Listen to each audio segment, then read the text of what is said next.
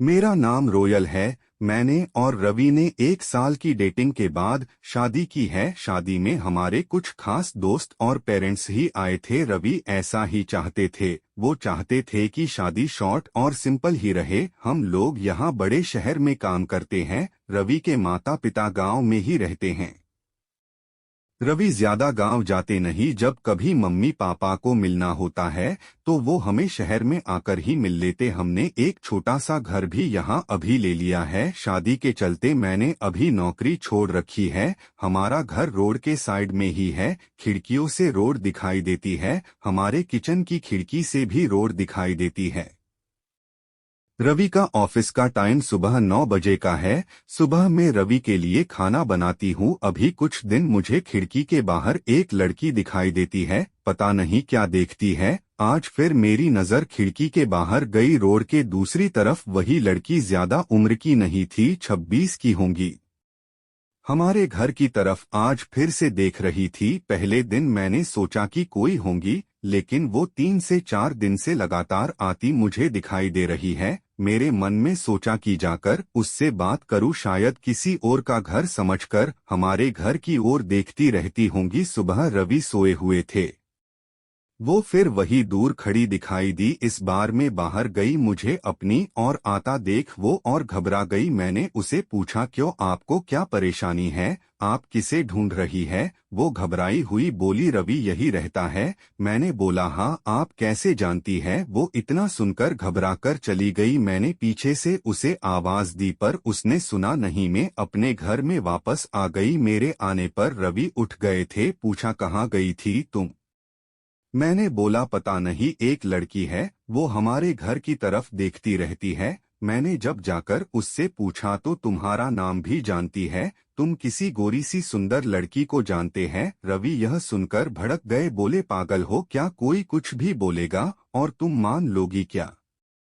लेकिन यह सुनने के बाद रवि के चेहरे का रंग जरूर उड़ गया था। मेरे भी दिमाग में कुछ कुछ चलने लगा। रवि जब शाम को आए तब मैंने इस विषय में कोई बात नहीं की। अगले दिन में सुबह उठी तो रवि पहले से उठ गए थे। मैं किचन में गई तो किचन की खिड़की लगी हुई थी और बड़ी मुश्किल से खोलने पर खुलती थी।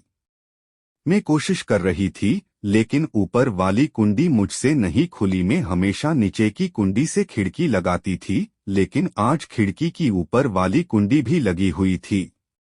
मैंने कैसे भी कुंडी खोली और खिड़की खोली तो मैं देखकर हैरान रह गई। रवि उस लड़की से वहां जाकर बात कर रहे थे। वो उस पर चिल्ला रहे थे और गुस्सा हो रहे थे। लड़की रो रही थी और रवि ने उसे उंगली दिखाकर जाने को कहा। यह सब देखकर मैंने खिड़की बंद कर दी ताकि रवि को लगे नहीं कि मैंने उसे यह करते देखा है। रवि फिर घर में आ गए। मैंने ऐसे जताया जैसे कि मैंने कुछ देखा ही नहीं है। अब मुझे ना जाने कैसे कैसे ख्याल आने लगे, रवि मुझसे क्या छिपा रहा है? मैंने रवि से शादी करके कोई गलती तो नहीं की? आखिर वो लड़की कौन है और रवि उस पे इतना गुस्सा क्यों हो रहे थे? रवि के जाने के बाद मैंने रवि के सारे दोस्तों को, जिन्हें मैं भी जानती थी, उन्हें फोन किया, लेकिन किसी को भी उस लड़की के बारे में नहीं पता था। मेरी समझ में नहीं आ रहा था कि क्या हो रहा है। रवि से पूछना चाहती थी, लेकिन मुझे पता था कि वो झूठ ही बोलेगा। उसके बाद मैंने उस लड़की को घर के आसपास नहीं देखा। यह सब सोचते सोचते मेरी तबीयत बिगड़ने लगी। रवि मुझे बोलता था कि क्या हुआ, अपना ख्याल रखो, डॉक्टर के पास जाओ, लेकिन अब मुझे उसकी बातें बिल्कुल अच्छी नहीं लग रही थी। एक दिन जब मेरी हालत ज्यादा खराब हुई तो मैं ऑटो लेकर पास के बड़े अस्पताल गई। डॉक्टर से अपनी दवाई लेने के बाद मैं अस्पताल के पार्क में बैठी थी। अस्पताल में मुझे वो लड़की फिर दिखाई दी। उसे देखती ही जैसे मेरी बीमारी पता नहीं कहाँ भाग गई। मैं उसके पास तेज चलकर गई और उसका हाथ पकड़ लिया और उसे बोला, तूने मेरी जिंदगी में उथल पुथल मचा दिया। बोल, उस दिन क्या बात कर रहा था? रवि, तुझसे क्या रिश्ता है तेरा मेरे पति से? फिर उसने मुझे जो बताया सुनकर मुझे लगा कि मेरा पति ऐसा है। उसने इतनी बड़ी बात मुझसे छिपाई। शाम को रवि जब आए तब उस लड़की को अपने घर में देखकर चौंक गए। मैं भी उसके पास ही बैठी थी। रवि उसकी तरफ देखकर बोले कि अच्छा, तो तूने इसे सब बता दिया, मना किया था दूर रहने को मेरी फैमिली से। मैंने बोला रवि शर्म करो, तुम इतने कठोर कैसे हो सकते हो, अपनी सगी बहन की मदद नहीं कर रहे हो। वो लड़की संध्या थी, रवि की सगी बहन।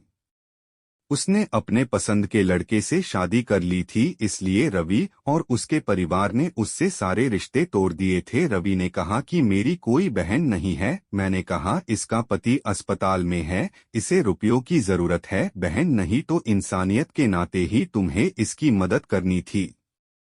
और अपनी पसंद की लड़की से शादी तो तुमने भी की, फिर जो नियम इसके लिए है तुम्हारे लिए क्यों नहीं है? मुझे पता होता तुम ऐसी सोच वाले हो तो मैं तुमसे कभी शादी नहीं करती। जिसको बहन के आंसू नहीं पिघला सके उस आदमी के सीने में दिल नहीं हो सकता। इतना कहकर मैंने अंदर से अपने सारे गहने लिए और संध्या के साथ जाने लगी।